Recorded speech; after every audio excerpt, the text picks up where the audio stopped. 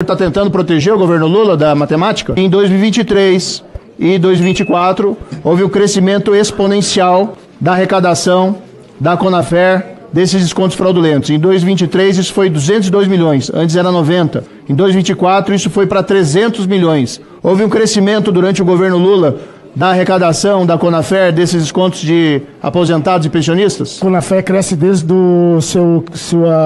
sua criação. Tá, vou explicar para o senhor aqui matemática. Em 2022, 92 milhões. Em 2023, 202 milhões. Em 2024, 300 milhões. O senhor está tentando proteger o governo Lula da matemática?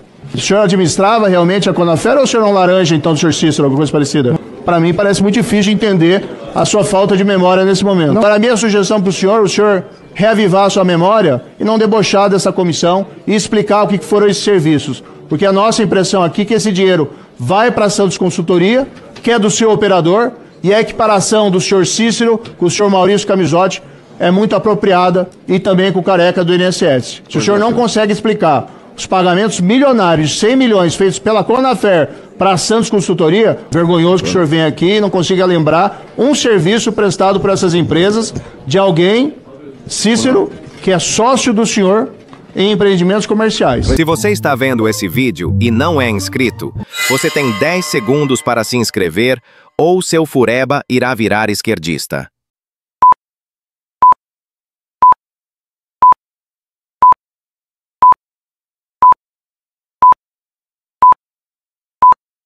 Pronto, agora que você se inscreveu, voltemos ao vídeo. Boa noite, senhor presidente. Boa noite, testemunha, senhor Carlos. Quero começar dizendo que deputados do PT disseram que houve roubo por parte da Conafer durante o governo Bolsonaro, e deputados do PL disseram que houve roubo por parte da Conafer durante o governo Lula. E eu quero dizer que eu concordo com ambos. Feito esse preâmbulo, eu quero perguntar para o senhor Carlos, primeiro puxar um gancho interessante dessa última fala dele.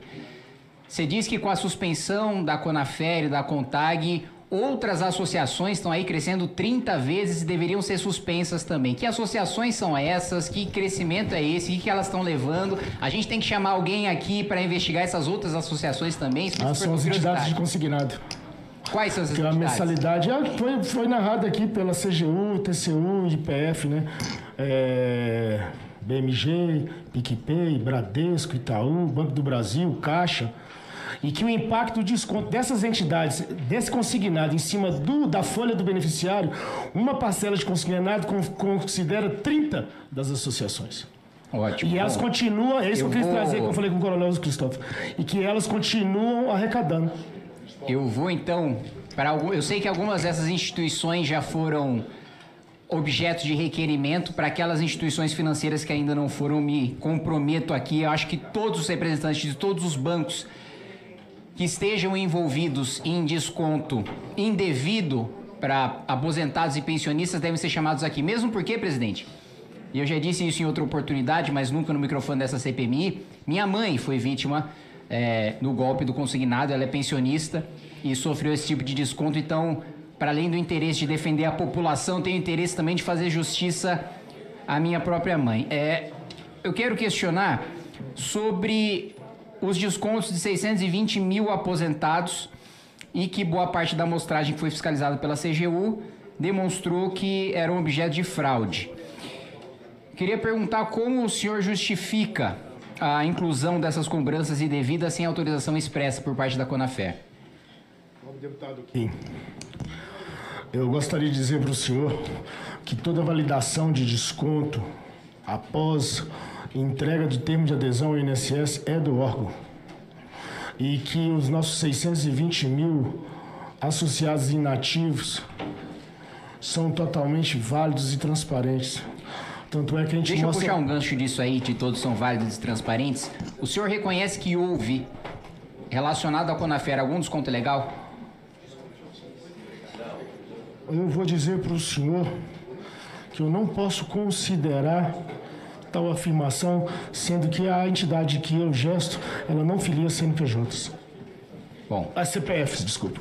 é o contrário do que nós temos, e aliás, do que o próprio senhor disse, que houve ressarcimento por parte de reclamações. Se houve ressarcimento é porque houve desconto ilegal e essa ilegalidade foi constatada pela própria Conafer após reclamação de um desses Nem beneficiários. sempre o ressarcimento se dá por características de legalidade. Às vezes é por não mais querer o serviço, às vezes é não por concordar que... Não houve nenhum pedido de ressarcimento em razão de ilegalidade? Ou nenhum ressarcimento foi concedido em razão de ilegalidade? Todo tipo de reclamação ou pedido de ressarcimento foi considerado pela essa entidade como válido e ressarcido. A Conafer, depois que oferece o ressarcimento ao indivíduo, busca a entidade de primeiro grau que ofereceu o tal termo de adesão e coloca em sua conta ou cota esse Dessas passivo. entidades de primeiro grau, teve alguma identificação por parte da Conafer de, olha, essas entidades são as que mais deram problemas em relação a descontos ilegais? Teve alguma identificação, teve algum trabalho? Porque estourou uma operação policial Sim. gigantesca. Sim. Você joga responsabilidade em relação a isso nessas instituições de primeiro grau. Não é jogar aqui, é a metodologia de arrecadação. Perfeito. Em relação a essa metodologia, você com certeza teve algum mapeamento de quais foram as instituições de primeiro grau que mais deram problema. Certo? Certo. Quais foram? Olha aqui, a recorrência, é boa sua pergunta, maravilhosa. A recorrência se deu às entidades que mais usaram consignado. Das entidades que mais utilizaram... É porque talvez uma entidade de primeiro grau, ela não depende nem da federação, nem da confederação para ter uma relação com o Mas banco. quais foram essas instituições de primeiro grau que mais deram problema? Não posso dizer especificamente nomes, mas posso dizer que esse produto... Não, como não pode? Não pode tenho no sentido de que informações não tem aqui. essa informação. Vou fornecer com objetividade. Mas posso dizer para o senhor que o que foi anotado, o que foi observado por essa gestão, aonde sobre a ocorrência ou a incorrência, era entidades de primeiro grau que as mesmas detinham de relacionamentos próprios e individuais com instituições financeiras de consignado. Eu acho que a informação fundamental para essa CPMI é trazer quais são essas instituições de primeiro grau até para a gente questionar aqui Estarei no providenciando âmbito com dessa maior investigação. presteza. Sobre a auditoria do INSS, que já foi citada aqui, de que 90% dos pedidos de exclusão de desconto que foram auditados, né, os beneficiários disseram que não tinham autorizado a cobrança, que nesse sentido o prejuízo foi de 45 milhões de reais. O senhor contesta de alguma maneira esses números da auditoria, dizendo que 90% deles foram irregulares? Contesto. Por quê? Porque a metodologia, tanto do TCU, CGU e dos outros órgãos, para tal aferimento, se deram no dia ou apresentação para requerimentos junto à Justiça Federal, se deu em abril, tendo em vista que eles passaram 30 meses, permitindo que entidades que nunca abriram a porta, nobre deputado, receberem repasse 30 meses. Eu quero deixar claro aqui. Sim, mas qual eu quero seria entender, o padrão, eu quero entender qual seria o qual que é padrão o do vício de TCU, do amostragem CGU. que está sendo alegado pelo senhor. Olha, Kim, nobre deputado Kim, eu conseguiria fazer vezes 10 a amostragem do TCU Kim com características positivas. Agora, a qualidade do TCU de permitir entidades de fachadas em receber 30 meses sem uma manipulando a amostragem. Não, Veja, talvez você diz, olha, para exemplos que a CGU pegou de centenas de casos que foram irregulares, que foram ilegais, eu poderia trazer milhares de outros. Seria a mesma coisa que eu dissesse aqui pro senhor? Olha, para cada caso de pessoa que morreu de Covid, eu posso trazer outros 1.000 de pessoas que sobreviveram tentando diminuir o índice de mortalidade do vírus. Isso não é estatística. Nobre deputado Kim, Catarina. A CONTAG foi colocada como lista por 6 fichas e a Conafer por 50. E todas as duas têm um universo de milhões de associados. Veja, da mesma maneira, isso não é uma amostragem suficiente. Isso não é uma amostragem. Qual seria, então, a característica e a metodologia do TCU, do CGU, para permitir quem nunca funcionou receber 30 meses de repasse? Não, aí você não está melhorando a sua situação. Você está dizendo que você está irregular e ilegal e que vários outros tantos também estão. Você não está se limpando, você está sujando os outros. Mas o que eu quero colocar é o seguinte: a argumentação em relação à amostragem é falaciosa, porque da mesma maneira em pesquisa eleitoral eu posso falar, olha, como eu posso dizer que tal candidato tem 49% das intenções de voto para presidente, se o Instituto entrevistou 2.000 pessoas e eu tenho 150 milhões de eleitores? é estatística. Da mesma maneira que foi feito pelo TCU, que foi feito pela CGU, eles fizeram a amostragem de maneira randômica, como fazem em qualquer tipo de fiscalização, e constataram essas irregularidades. Agora, uma questão fundamental, que eu acho que é um ponto central das afirmações que você fez ao relator, é que foi feito o pagamento de 100 milhões de reais para aquela empresa, Santos, e quando o relator questionou, o senhor disse que não conhece o dono, que não sabia quem era o dono dessa empresa. O senhor ainda sustenta essa afirmação? Me reserva o direito constitucional de permanecer em silêncio. O senhor se reserva esse direito porque logo depois o senhor disse que ele é seu sócio. Então, como que a Conafer, sob a sua gestão, com a caneta na sua mão, ela faz uma compra de 100 milhões de reais com uma pessoa, e aí o relator pergunta, você sabe quem é o dono dessa empresa? Aí você diz, não sei, porque o que me interessa são os insumos, o que me interessa são os serviços, o que me interessa são os produtos.